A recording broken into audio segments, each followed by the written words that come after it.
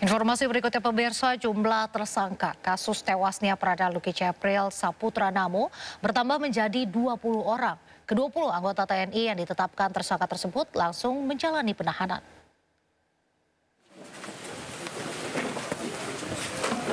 Sebanyak 20 prajurit TNI telah ditetapkan sebagai tersangka dan ditahan terkait kasus tewasnya prajurit 2 Luki Capril Saputra Namo. Satu dari 20 tersangka diketahui merupakan seorang perwira. Saat ini, ke-20 tersangka telah menjalani pemeriksaan intensif oleh pihak Detasemen Polisi Militer Kodam Udayana. Pangdam 9 Udayana, Maijen TNI Piek Budiakto menyatakan segera menghadap Panglima TNI dan Kasat untuk menyampaikan pengusutan dan tindak lanjut kasus ini.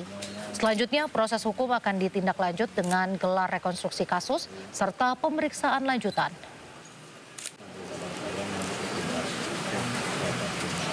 Seluruhnya 20 tersangka yang sudah ditahan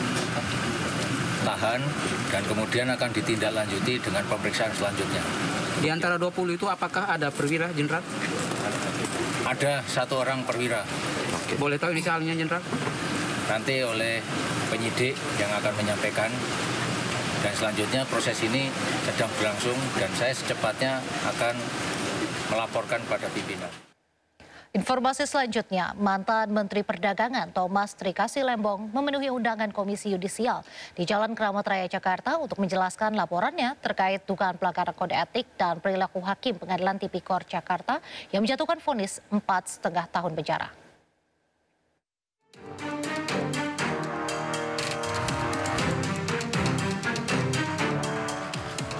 Mantan Menteri Perdagangan Thomas Trikasih Lembong memenuhi undangan Komisi Yudisial di Jalan Keramat Raya Jakarta Pusat.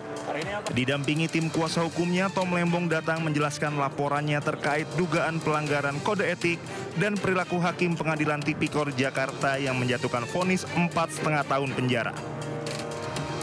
Tom mengaku kehadirannya tak hanya sebagai bentuk komitmen untuk mendukung transparansi dan akuntabilitas dalam proses peradilan, namun juga mendorong adanya upaya perbaikan lembaga peradilan demi kebaikan bersama.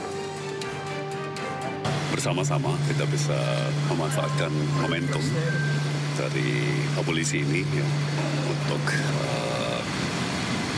mendorong perbaikan yang dapat kita dorong. Dan sayangkan kalau momentum ini tidak dimanfaatkan untuk kebaikan bersama ya. Ini peluang untuk membenahi. Sementara pihak Komisi Yudisial melalui juru bicaranya menyebut akan memprioritaskan penanganan kasus yang dialami Tom Lembong dan fokus pada hakim yang memvonis Lembong 4,5 tahun penjara. Selain itu, Komisi Yudisial juga telah menganalisis putusan dalam sidang kasus Tom Lembong tersebut. Ini kita coba prioritaskan ya, artinya memang ini musik rasa keadilan banyak orang sehingga kita coba bukan kemudian yang lain tidak kita layani, tapi coba kita karena mungkin melibatkan sampai presiden ya kita apresiasi presiden memberikan abolisi ya, tapi itu kewenangan presiden. Kita fokus kepada hakim ini. Ada apa di balik putusan itu? Itu yang kemudian coba kita gali. Tadi disampaikan bahwa putusannya aja 1.000 lembar. Memang KAY tidak berwenang untuk menganalisis putusan, tapi KAY akan membaca putusan itu dan itu menjadi pintu masuk jika dianggap putusan dari runut sistematikanya dan argumentasinya ada yang tidak wajar. Disitulah kita bisa masuk. Sebelumnya, Tom Lembong resmi menghirup udara bebas dari rutan kelas 1 Cipinang, Jakarta Timur pada Jumat 1 Agustus 2025 lalu setelah mendapat abolisi dari Presiden Prabowo Subianto. Dari Jakarta, Rani Sanjaya, iNews melaporkan. Kita ke kasus lainnya.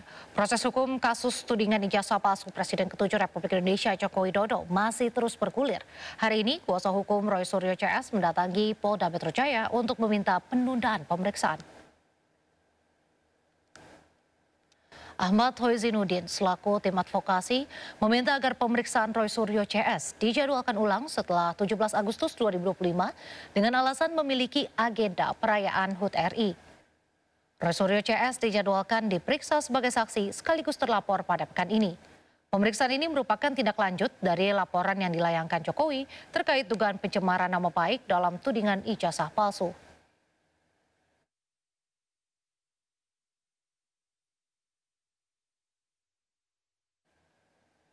Kuasa hukum Roy Suryo CS juga menyampaikan mantan Ketua KPK Abraham Samad masuk dalam 12 nama yang dilaporkan Jokowi terkait dugaan pencemaran nama baik dalam tudingan ijazah palsu. Abraham Samad dijadwalkan diperiksa polisi dalam waktu dekat.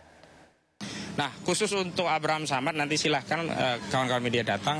Insya Allah akan memenuhi panggilan hari Rabu jam 10 di Polda Metro Jaya. Masih seputar dengan kasus laporan dari Saudara Joko Widodo. Karena belakangan memang Pak Abraham Samad ini masuk menjadi 12 orang terlapor dari laporan Saudara Joko Widodo yang sebelumnya hanya menyebutkan 5 inisial. Kan sebelumnya Saudara Joko Widodo hanya menyebut 5 inisial itu adalah ES, yang dimaksud adalah Egy Sujana, kemudian ada TT, Tifauziah Tiasuma, ada RS, Roy Suryo, ada RS, Rismon Syandipar Hasiolan, termasuk yang terakhir ada K, Kurnia. Gitu. Tapi belakangan justru meningkat dari 5 menjadi 12 orang. Walau yang terakhir dari 12 orang itu kita sempat bertanya siapa sih sebenarnya yang dicemarkan begitu, ternyata Saudara pelapor Joko Widodo saat dikonfirmasi oleh media ditanyakan siapa sebenarnya, nah, dia mengatakan hanya melaporkan peristiwa, tidak menyebutkan nama-nama. Walaupun secara hukum aneh, karena ini delik aduan harusnya muncul. Pemirsa, PPATK akan memblokir e-wallet yang terindikasi terlibat tindak pidana. Informasi selengkapnya usai jeda, tetaplah di Sindo Malam.